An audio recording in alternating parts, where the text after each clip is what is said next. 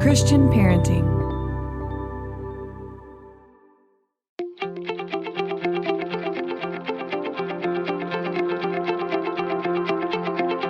This is Cynthia Yanoff, and you're listening to Pardon the Mess. Each week we have honest discussions about the ups and downs of parenting and the lessons God is teaching us along the way. It's real, it's fun, and it's biblical. Life is messy. Don't walk the parenting road alone.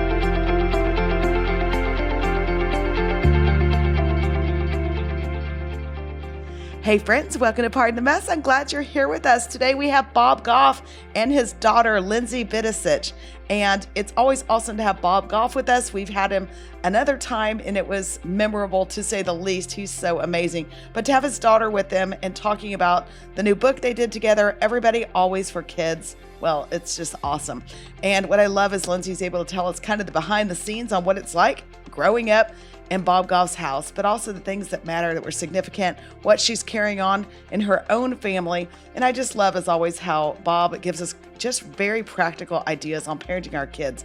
One of the things he talks about in this interview you're going to love is coming up with a flag that symbolizes what your family is about and putting different things on it that are just the words you would use, the things you would do as the family that you want to be. And so it's good, it's practical, it's fun, and I'm so thankful to have Bob and Lindsey with us today. Here we go.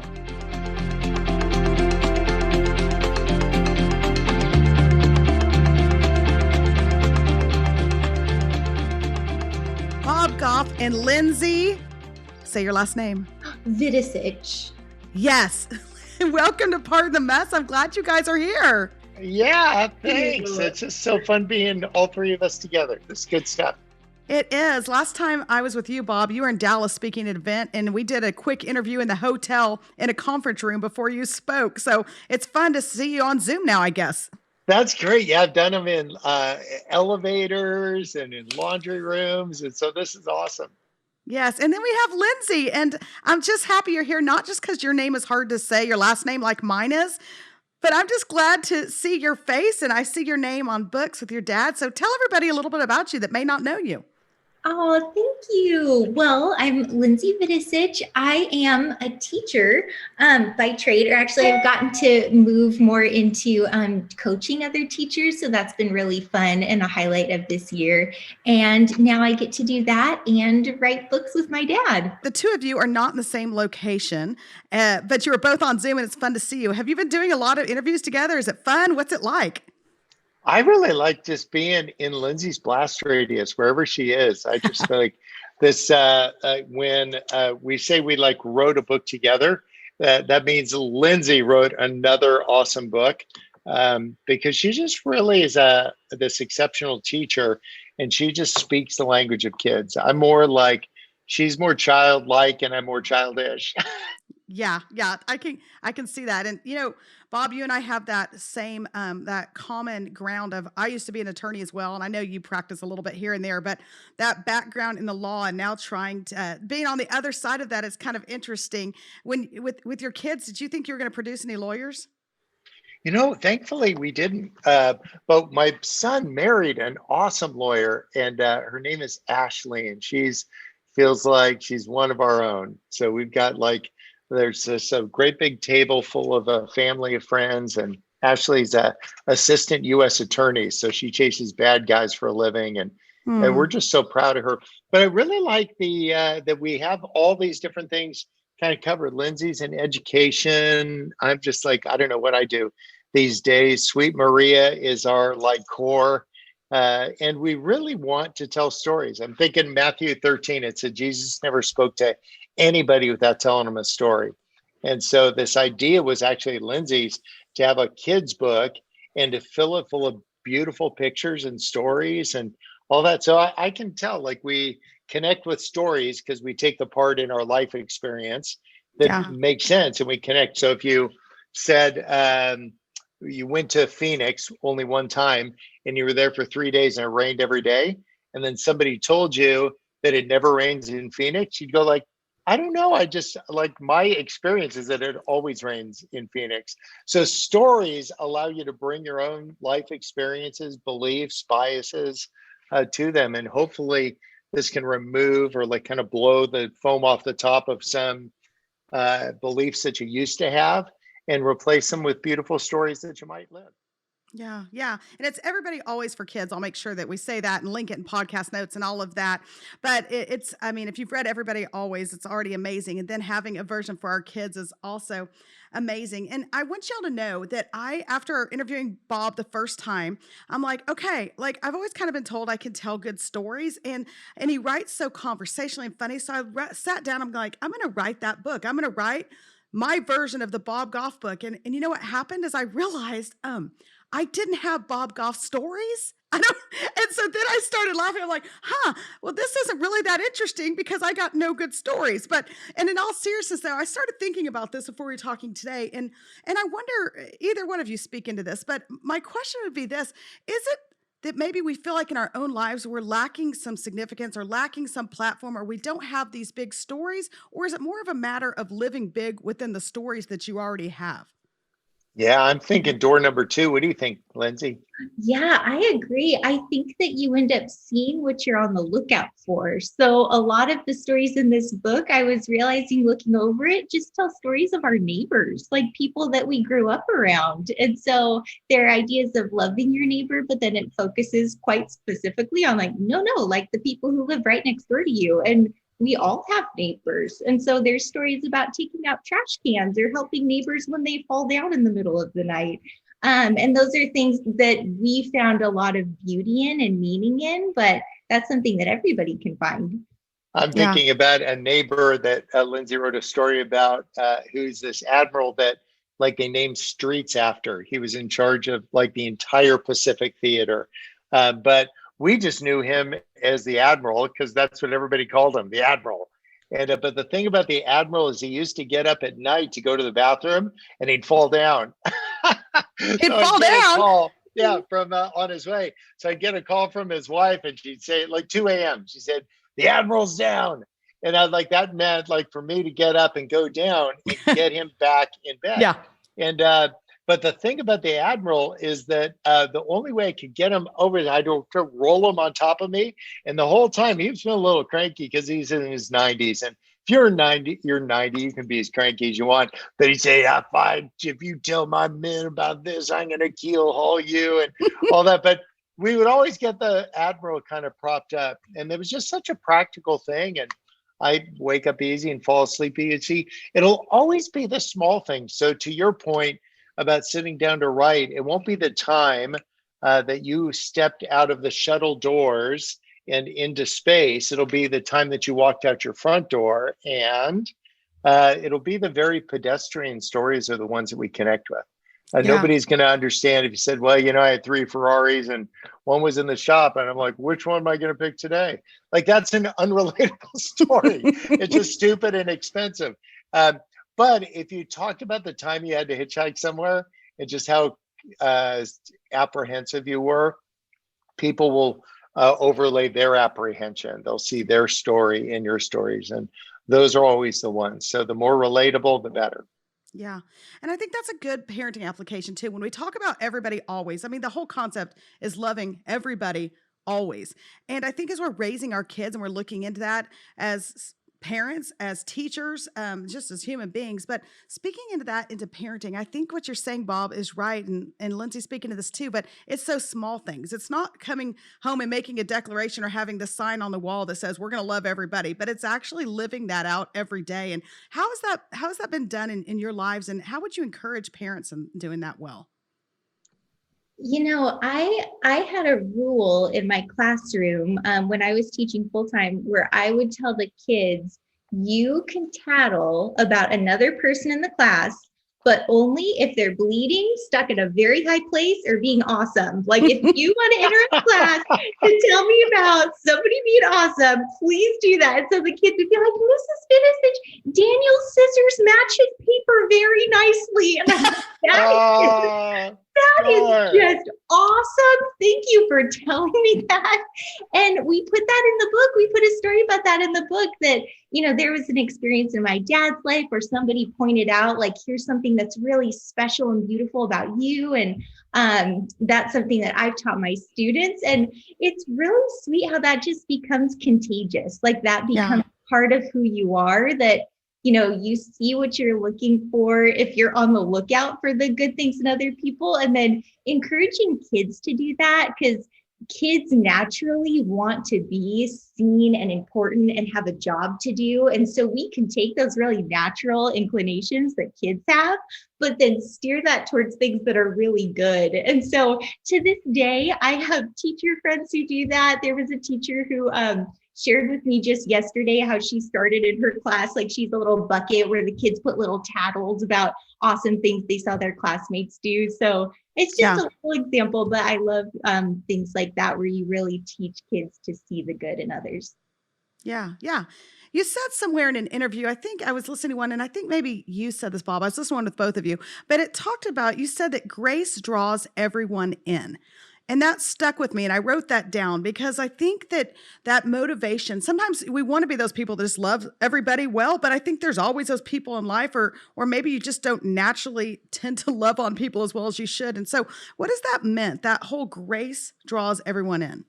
Well, yeah, first of all, like every witty or wise thing that I've ever said, it's because I jacked it from Sweet Maria or Lindsey. Yes. Okay. Perfect. Like I just, without attribution, I just said, like, claimed it as mine.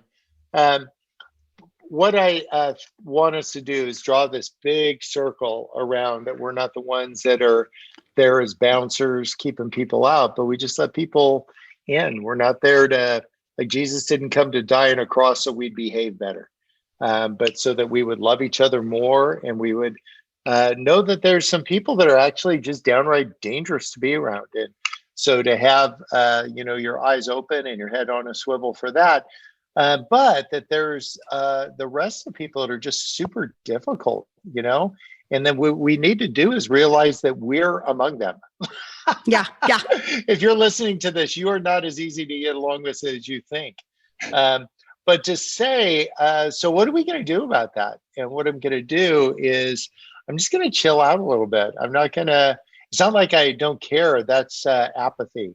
But this is actually an extraordinary level of engagement where you say, I am so committed to carving a new little groove in my brain and then go Grand Canyon with it, that I'm going to treat people with an extraordinary, undeserved amount of grace, just like me.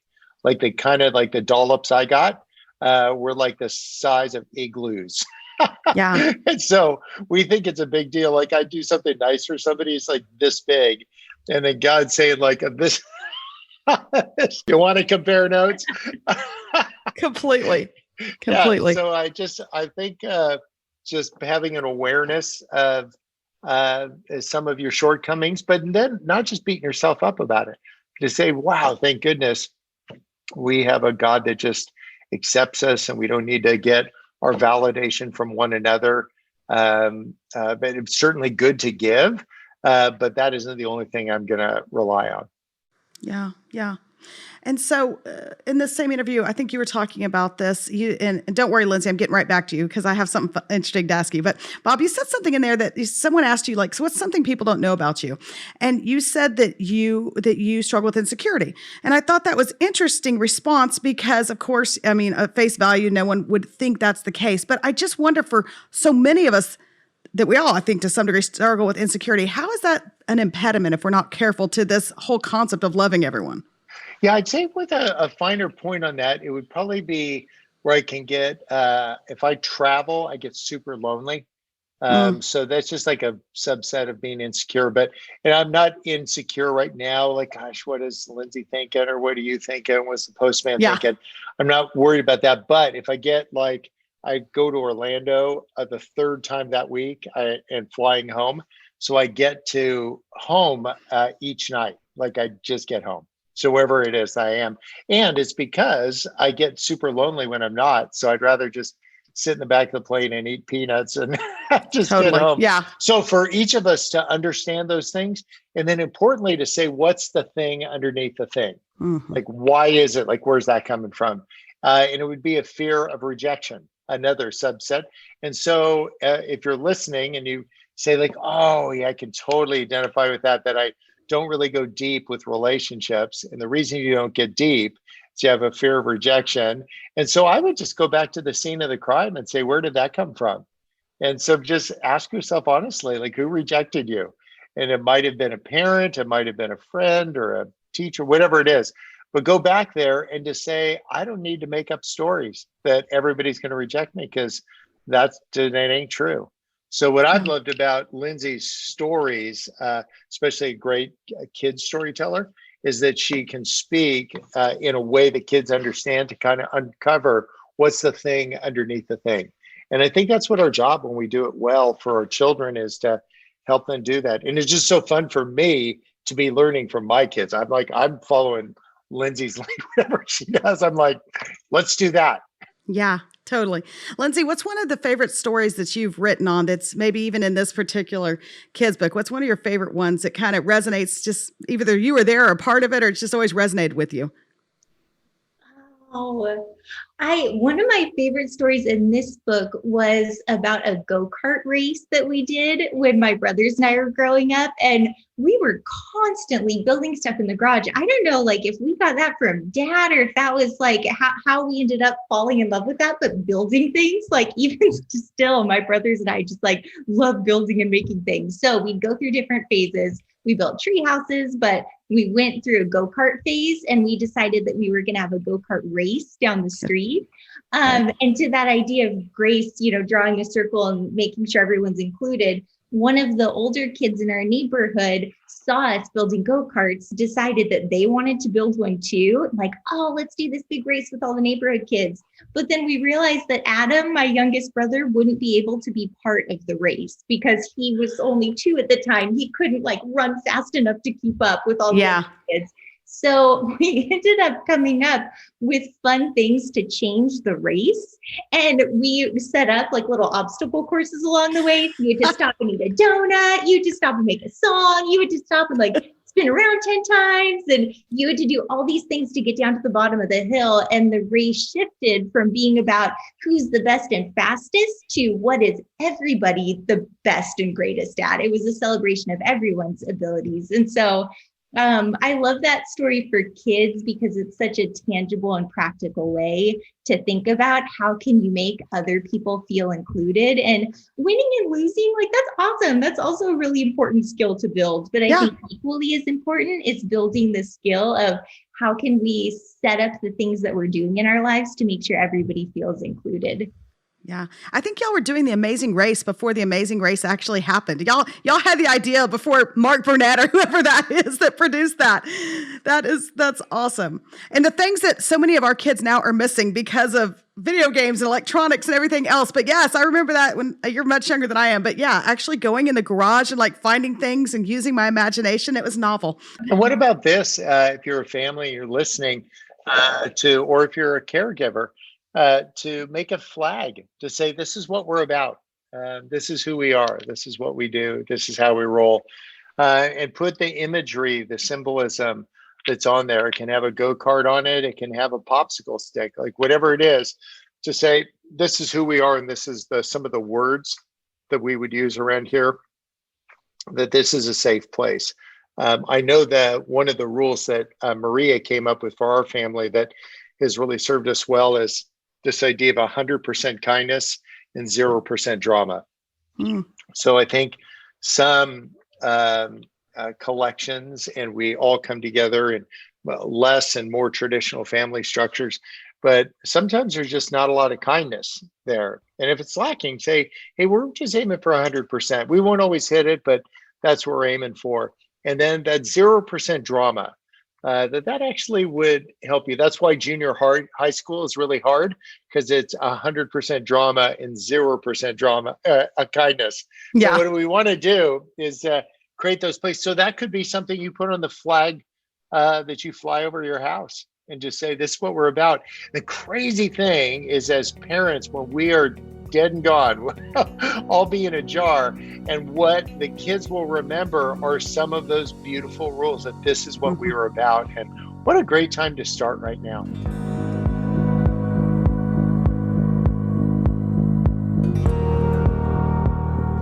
Hey guys, I want to jump in here and tell you about Faithful Counseling. I'm so thankful that they sponsor our podcast, and I think counseling is something that's so important and necessary, especially in light of the last year that we've lived through. So Faithful Counseling will assess your needs and match you with a licensed professional therapist. It's for people who want traditional mental health counseling but prefer a Christian. If you're seeking a mental health professional who is a practicing Christian, Faithful Counseling is a great option for you. You can start communicating in 24 hours. The service is available worldwide, and you can go to your account and send a message to your counselor at any time. You'll get timely and thoughtful responses, plus you can schedule weekly video or phone sessions so you don't ever have to sit in a waiting room like with traditional therapy. Faithful Counseling is more affordable than traditional therapy, and financial aid is available. So check it out at faithfulcounseling.com/pardonthemess. Again, faithfulcounseling.com/pardonthemess, and get 10% off your first month of counseling.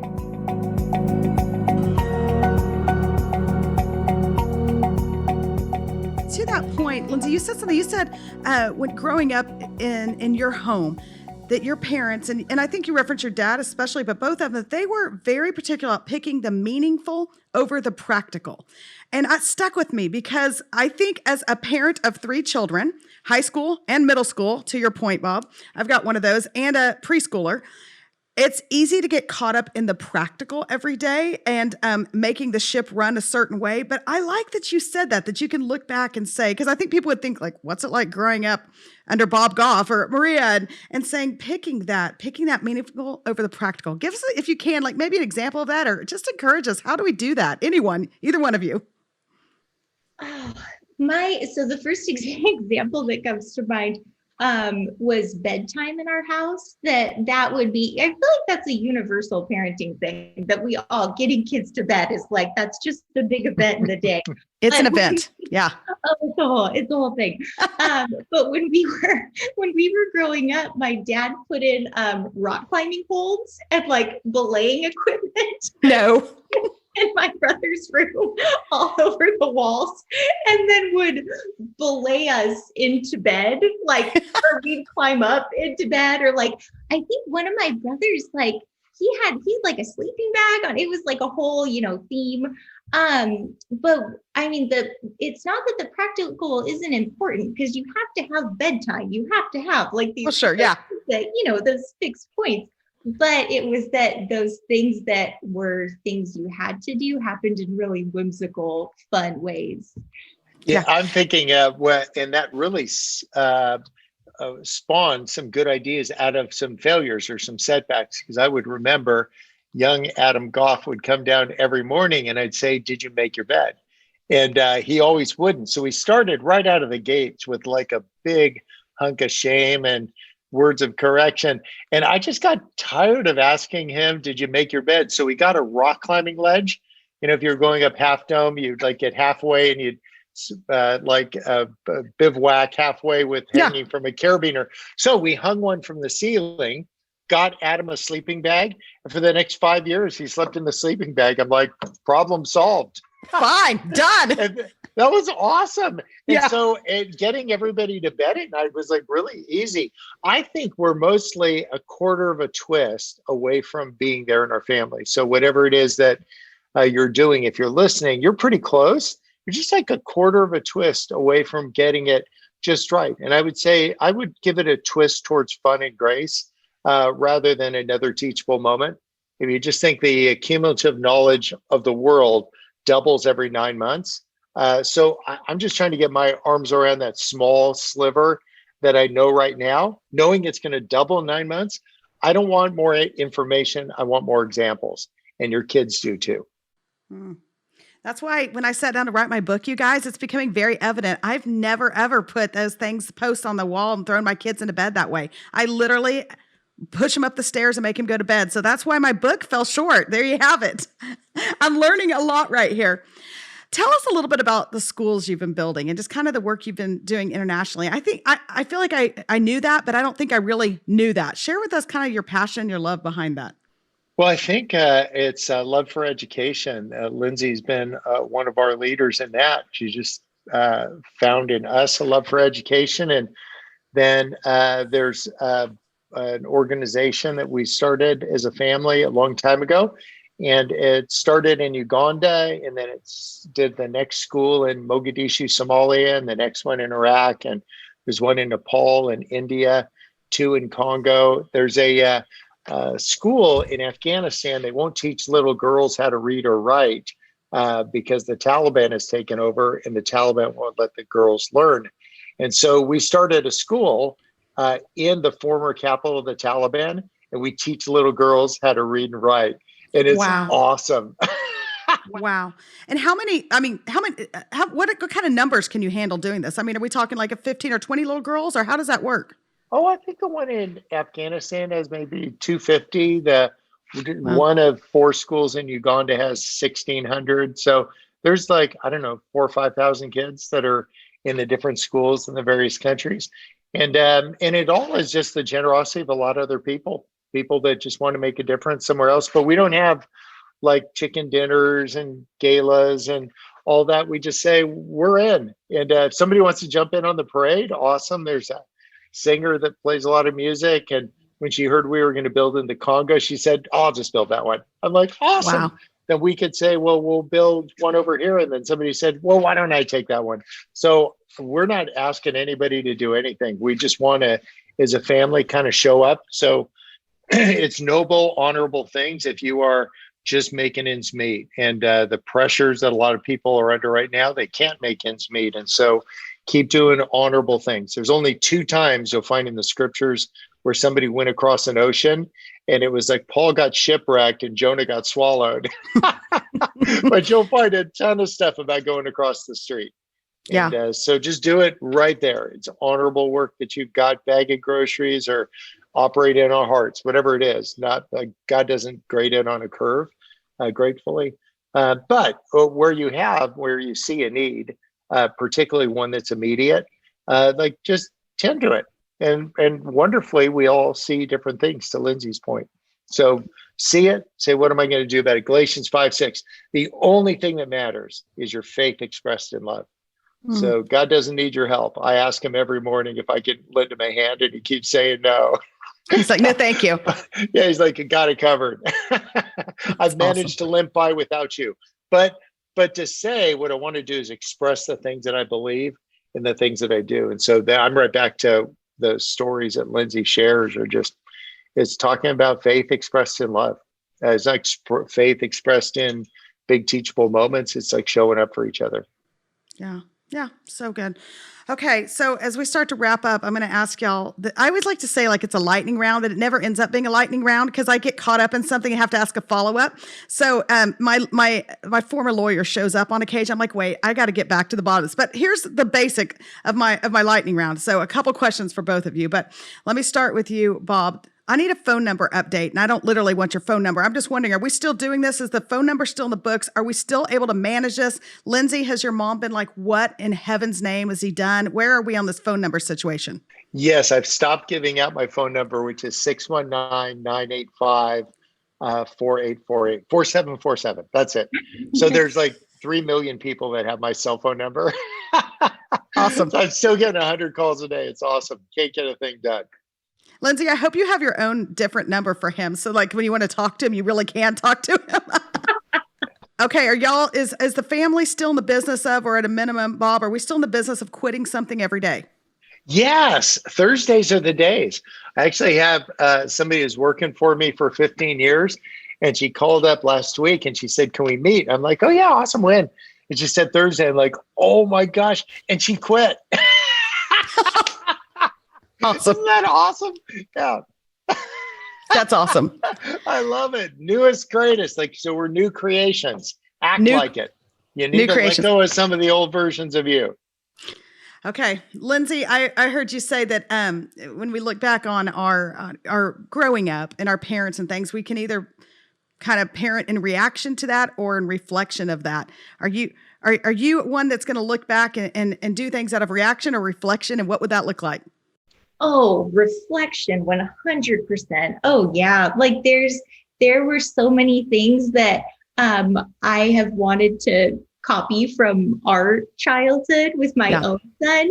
But the thing that's kind of neat is that, and I don't know that this gets a whole ton of airtime, our childhood when we were all like really teeny tiny, like that was well before like traveling lots of different places. That was like, the go-kart years and the treehouse years and being at home. And so right now we're kind of in that phase. My son is going to be 2 here pretty soon. And so, so we're in like the at-home toddler phase, but then trying to do things with him that really reflect that same like whimsy and joy, and doing like what my dad talked about, that quarter turn to be the fun version. It's so good. Best parenting advice. And again, let me preface this by saying we're called Pardon the Mess. There ain't anybody here or listening that thinks they're a perfect parent. But some of your best parent advice you've got or you've heard that you'd share with our audience. Yes, I would say the first thought I had was have Lindsey be your daughter. But one of the things that I did, I don't think of much as the successes, like where I crushed it, but Lindsey fell off a swing when she was really young, and she's crying and crying. I'm like, oh, girl, like, come on, get like, lean into it. And I told her that. And then the next day, she's still kind of whimpering about her foot. She'd broken her foot in like 7 places. And I felt like, oh, what a bad, the authorities are going to come take her away. But what I learned is that I want to be a little bit slower to speak. I just want to be available. And some of the greatest things that we can give is to be present with each other, to say, I am all here. I'm not, off on my phone. I'm not thinking about the next thing or the thing that just happened. Just like all here. So that power of being just like fully present. You can even kind of like stamp your feet, like plant your feet, say, I'm right here. I'm not at work. I'm not anywhere else. So I think that comes to mind. Lindsey's actually killing it as a parent. What came to your mind, Lindsey? Best parenting advice? Man, I don't know. I feel like this is far less like deep and profound, but it's worked in our house. The advice to just add water when anything is tough, just add water. So it's like you do a sip of water, go outside, water the plants, get in the bathtub, let the baby and you just have a good cry, just add water. And it's that is awesome.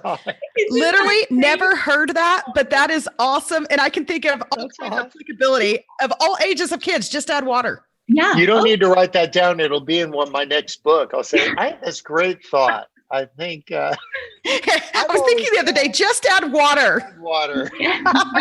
Now I'm found out. You'll know every great idea. It happened like that. The difference is Lindsey will forget and move on. I'll write it down and then claim it as my own later. Yeah, because I remember last time I talked to you, you said you keep a list of all just the thoughts or whatever the potential things to write about later. And you have like, you've broken down a computer over the hard drive over all the storage of all this stuff. You just always are writing down little notes on this. Oh yeah. I have very few independent thoughts, but what I do in there is write down all the things. I don't care what Jefferson said or Benjamin Franklin, but Lindsey said, just add water. So I literally will, when we are done, I'll write down, just add water. What I will do is put quotes around it. So I remember it wasn't mine before I say it without attribution. I'll at least know that I'm just jacking this from Lindsey right now. Yeah, either way, at least you know. That's awesome. Well, it's Everybody Always for Kids, and it's awesome. And as a mom of 3 kids, I'm thrilled to have it sitting here in my house. I can't wait to pass it off to one of mine. And Lindsey, amazing job of retelling stories and writing this so well in a way that resonates with kids. And Bob, just thanks for just that constant encouragement just during these days to keep up the hard work. I think in COVID, I can't think of a more important time to really love those around us well. And y'all do that. So thank you. Bingo. Thanks for letting us be on. Love being with you. It's awesome. Awesome having Bob Goff and Lindsey on today. Always amazing word from Bob, and how fun to hear Lindsey talk about growing up in Bob Goff's household and with sweet Maria. And I love the idea of picking the meaningful over the practical. There's a whole lot of places that I need to be doing that with my kids. And I bet if you think through that, you will feel the same.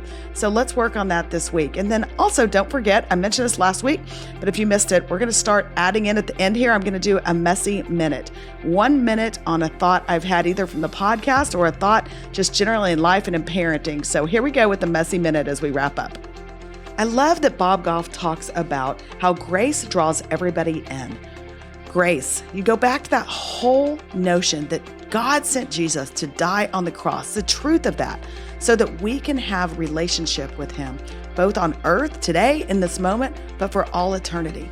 And that great sacrificial act and what that means in our lives. And when we really start living in that grace and exploring and understanding, it means that we realize just in every moment, no matter what's going on, that we are loved, we're forgiven, we're set free, and that our sin, when we confess it, it's as far as the east is from the west in God's eyes. Those are 2 points that never meet. North and south, they meet up. East and west will never. And because of that, when we understand the grace that we're living in, we can enlarge our circle. We start pulling other people into that grace with us. And we learn to love those, not those that will just love us back, but we love everyone. Those who have hurt us, those who have hurt the ones we love. Parents, maybe it's those who have hurt our kids. It's those points in time where we stop and we enlarge the circle and we say that there's nobody and nothing that can keep us from God's love. And so because of that, we include everyone else in loving them well in our own lives. And so I would just challenge us today to really live in that grace. Stop with the performance we feel. Stop living in shame. Stop the bondage, but enter into God's grace and realize he's for us. And there's nothing we can do to earn his favor. There's nothing we can do or nothing we have not done in the past that could earn more favor than we have in this exact moment with him. And because of that, we have the power and the opportunity to enlarge our circle and draw everyone around us into that grace. Who needs you to love them today? Not the one who will love you in turn, but the one who needs you to love them in a way that can only come from God. Let's do that. We know your days are busy, so as always, thank you for joining us as we pardon the mess.